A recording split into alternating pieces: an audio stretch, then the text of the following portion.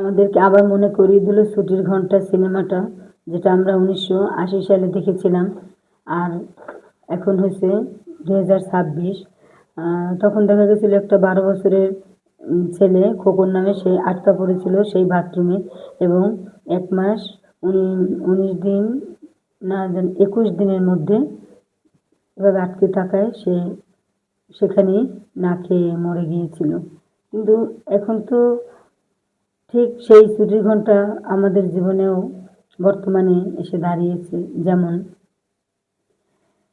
মেহেরপুরের সেই BM model কলেজের স্কুলে সাদিয়া নামের একটি মেয়ে বাথরুমে আটকা পড়েছিল। ছুটির পর সে ভিতরের কক্ষে বাথরুমে গিয়েছিল ক্লাসরুমের সাথে, কিন্তু ছুটির পর টিচার, স্কুলের দপ্তরি সবাই তাড়াহুড়ো করে বেরিয়ে যাওয়ার কারণে তাকে আর কেউ খেয়াল করেনি।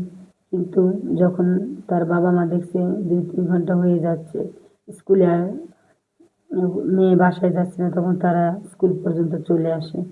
অনেক খোঁজাখুঁজির পরে তারা পেল এক মহিলা শিক্ষকের কাছে চাবি, তারপর তাকে উদ্ধার করলো।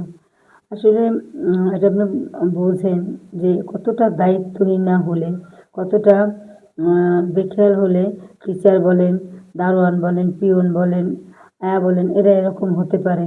কারণ একটা স্কুলে ছুটি হওয়ার পর অনেক রকমের জিনিস পড়ে থাকতে পারে, কোনো কেউ স্কুলের ভিতরে থাকতে পারে। এরকম একটু চেক করে বের হলে কিন্তু এই সমস্যাগুলো আর হয় না। কিন্তু দেখেন আসলে আমরা কোন দেশে বাস করছি? এটা কি হওয়া উচিত ছিল?